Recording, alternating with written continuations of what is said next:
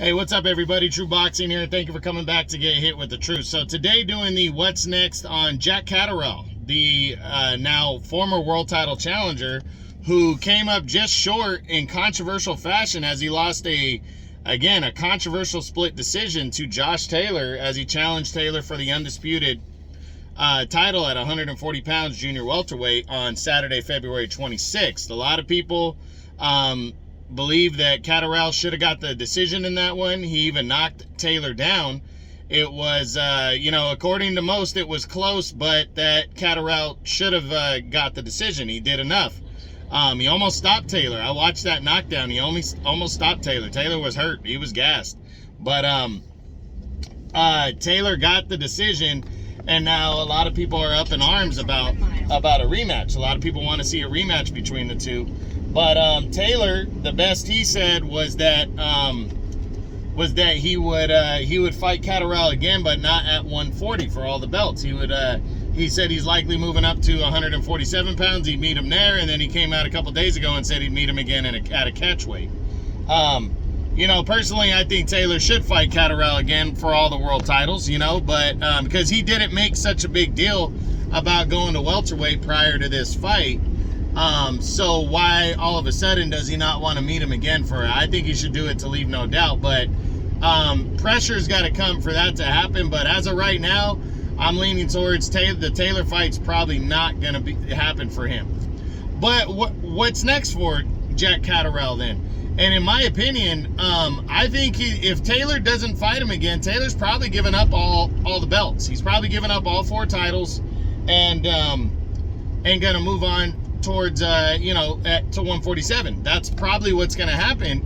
And if that happens, then the WBO title goes vacant, and I think the WBO would likely order Catterall to fight for the vacant belt, and it's probably going to be against Arnold Barboza, who's the WBO's number 2 contender. So he'll return to ESPN, and he would take on Arnold Barboza Jr.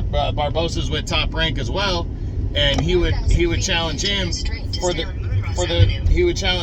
vacant WBO world title, and that's basically what he can do. If all the belts go vacant, the top contenders in each weight class, or each a governing body, would fight each other. And Catterall was the number 1, and I think the WBO will likely rank him at least as the number 1 or number 2 contender following that controversial loss. So that's what they should do. So we'll see what happens going forward, but that's what I believe is going to happen, that they're going to re-mandate him to challenge for the vacant belt. I want to see Taylor fight him, but I don't think Taylor wants anything to do with Jack Catterall following that controversial decision, and not for the titles at 140 at least. So running through the top 10 fast, we already talked about Taylor. Jose Ramirez doesn't look likely. Ramirez is probably going to be challenging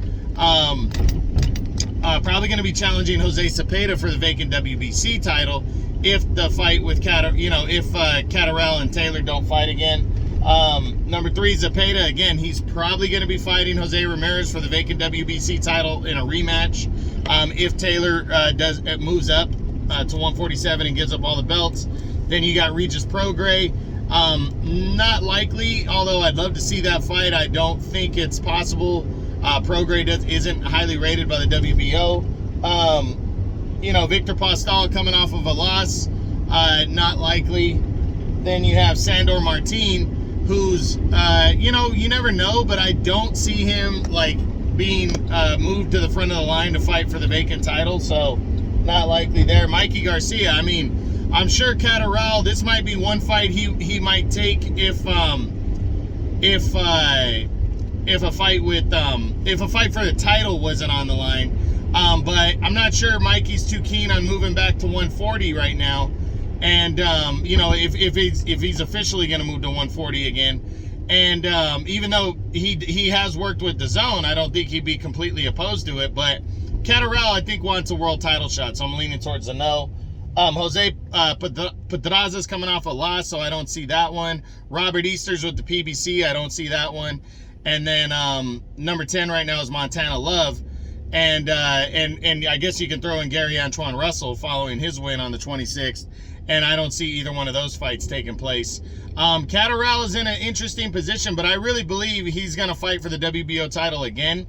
But I'm leaning towards it's not going to be Josh Taylor. I think, in all likelihood, he's probably going to fight Arnold Barbosa Jr., who's the WBO's number 2 contender, and it'll be for the vacant WBO title again. So that's it. That's what I got. That's the what's next on Jack Catterall, the now former world title challenger, following his controversial split decision loss to Josh Taylor on Saturday, February 26th.